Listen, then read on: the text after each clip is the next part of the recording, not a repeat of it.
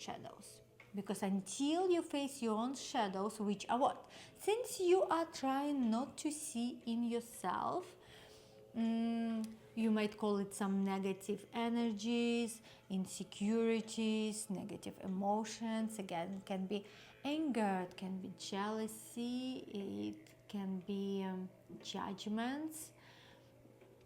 So any of those feelings, any projections, if you're not facing them, if you're not recognizing, because often we're just so scared to see it in ourselves, we just don't want to feel that, we don't want to feel like we are bad, so we just disconnect from that at all.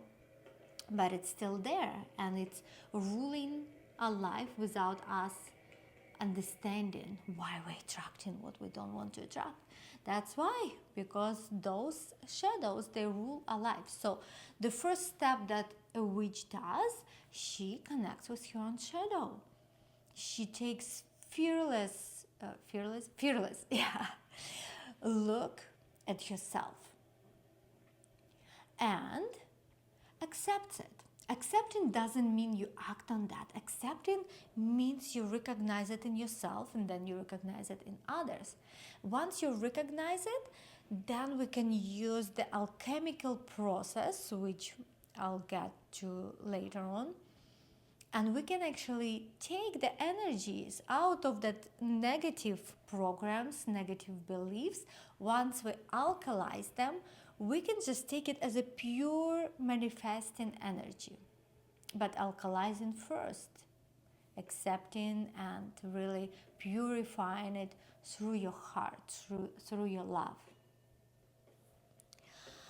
So as a witch, you have to learn how to pay attention to what's happening within yourself.